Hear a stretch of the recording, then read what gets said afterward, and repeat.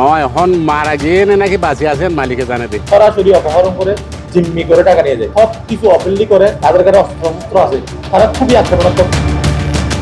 সাগর, পাহাড় আর নাফ নদীর অপার সৌন্দর্যের টেকনাফ। দিনের আলোয় যেখানে স্বাভাবিক জীবনযাত্রা, সন্ধ্যা নামলেই সেই জনপদে নেমে আসে অন্য এক আতঙ্ক।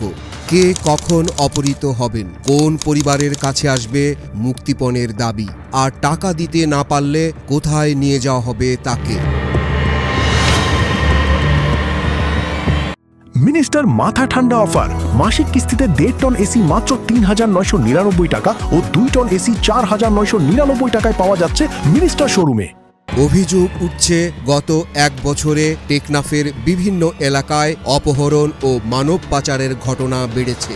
কেউ মুক্তিপণ দিয়ে ফিরেছেন, কেউ হারিয়েছেন স্বজন, আবার কেউ চলে গেছেন পাচারকারীদের হাতে। পরিসংখ্যান বলছে উদ্ধার হয়েছে শত শত মানুষ, চলেছে অভিযান, আটকও হয়েছে কয়েকজন। কিন্তু এখানেই বড় প্রশ্ন, অভিযান যদি চলছেই তাহলে অপহরণ বন্ধ হচ্ছে না কেন? আর অপরাধীরা বারবার ফিরে আসার সাহসী বা পাচ্ছে কোথা থেকে?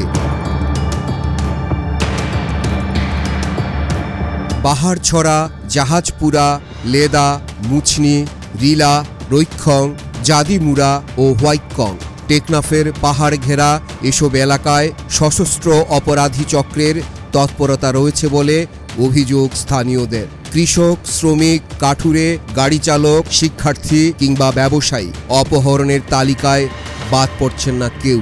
কখনো পাহাড়ে কাজ করতে গিয়ে, কখনো রাস্তা থেকে, আবার কখনো বাড়ির আশপাশ থেকেই উধাও হয়ে যাচ্ছে মানুষ। আর মুক্তিপণের টাকা দিতে না পারলে কোনো কোনো ভুক্তভোগীকে তুলে দেওয়া হচ্ছে মানব পাচারকারীদের হাতে।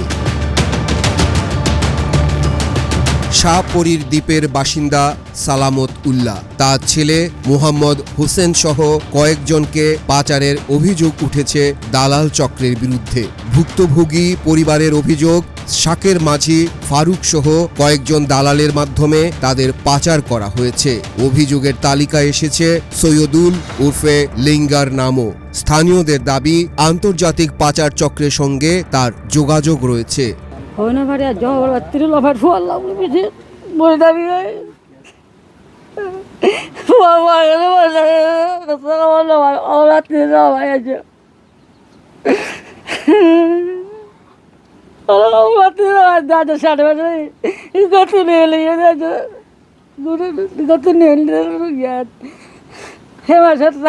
তারিখে নিয়ে লিখে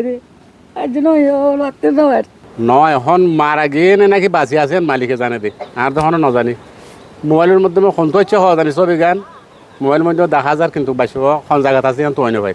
আন্দামাসাগরে বুট মার খাইছি, তো মার খানোর পরে 9জন মানুষ উঠতে, একটা মাইয়া 8জন পুরুষ। এটা এখানে তো উঠিল তো বুড়া আনি দিয়ে। ভুক্তভোগীদের বর্ণনায় উঠে আসে ভয়, অনিশ্চয়তা আর মুক্তিপণের চাপের এক ভয়ঙ্কর বাস্তবতা। কিন্তু স্থানীয়দের অভিযোগ, শুধু পাহাড়ে নয়, অভিযুক্তদের কেউ কেউ প্রকাশ্য জনপদেও দিনের আলোয় ঘোরাফেরা করছে। ওইসব পাহাড়ের মধ্যে সরাসরি অপহরণ করে জিম্মি করে টাকা নিয়ে যায়। এখানে মানব পাচার, ইয়াবা, সব কিছু অপেনলি করে, তাদের কাছে 9mm আছে, তাদের কাছে অপেনলি একেবারে AK-47 আছে, তাদের কাছে অস্ত্র আছে, তারা খুবই আক্রমণাত্মক, সংঘবদ্ধ। আমি ফয়েজ মেম্বার যদি এখন এভাবে বিহেভ করতেছি, নাম চিহ্নিত যারা আছে তাদের নাম বলি, আমার জীবনের নিরাপত্তা থাকবে। যদি এমন অভিযোগ সত্য হয় তাহলে প্রশ্ন আরও গুরুতর, আইনের হাত কি তাদের নাগাল পাচ্ছে না, নাকি কোথাও কোনো ফাঁক থেকেই যাচ্ছে?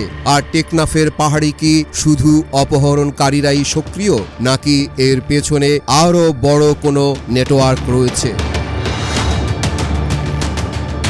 স্থানীয় থানার ভাষ্য, অপহরণকারী ও মানব পাচারকারীদের মধ্যে একটি নেটওয়ার্ক রয়েছে। এই নেটওয়ার্ক ভাঙতে নিয়মিত অভিযান চলছে। হ্যাঁ, মানব পাচারের সাথে অপহরণকারীদের একটা যোগসূত্র আছে। সেটা হলো যারা যে বিদেশ যাবে, যেটা আমি বলেছি আপনাদেরকে, যারা বিদেশ যাবে তাদেরকে এখানে নিয়ে এসে তারপর তাদের কাছ থেকে কিছু টাকা পয়সা নিয়ে তারপর তাদেরকে আবার সমুদ্রপথে পাচার করে দেয়। অপহরণের সাথে আমাদের যারা বাঙালি আছেন রিয়েল অপহরণের ক্ষেত্রে যে বাঙালি আছেন, বেশ কিছু বাঙালির তালিকা, অপহরণকারী তালিকা আমাদের কাছে আছেন, তারাই মূলত হলো তথ্য দিয়ে রোহিঙ্গা যারা সন্ত্রাসী আছেন তাদেরকে সাথে নিয়ে তারা তখন এই কাজটা করে থাকে। হোয়াইকং, ওইখানে আমাদের 2টি পুলিশ তদন্ত কেন্দ্র হচ্ছে। এই জায়গাগুলোতে যখন পুলিশ তদন্ত কেন্দ্র হবে তখন আমাদের সক্ষমতা আরও বেশি বৃদ্ধি পাবে, তখন অপরাধীদেরকে আমরা আরও দ্রুত আইনের আওতায় নিয়ে আসতে পারবো। সীমান্ত ঘেঁষা টেকনাফে অপরাধের আরেকটি বড় ঝুঁকি চোরাচালান, অবৈধ অনুপ্রবেশ আর মানব পাচার। সীমান্তরক্ষী বাহিনী বলছে এসব অপরাধের সঙ্গে জড়িতদের তালিকা তৈরির পাশাপাশি নজরদারিও জোরদার করা হচ্ছে।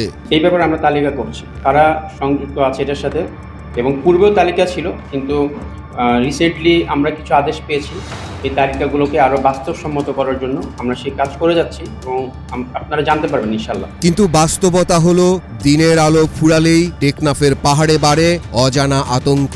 একদিকে অপহরণ, অন্যদিকে মুক্তিপণের দাবি, তার সঙ্গে মানব পাচারের অভিযোগ।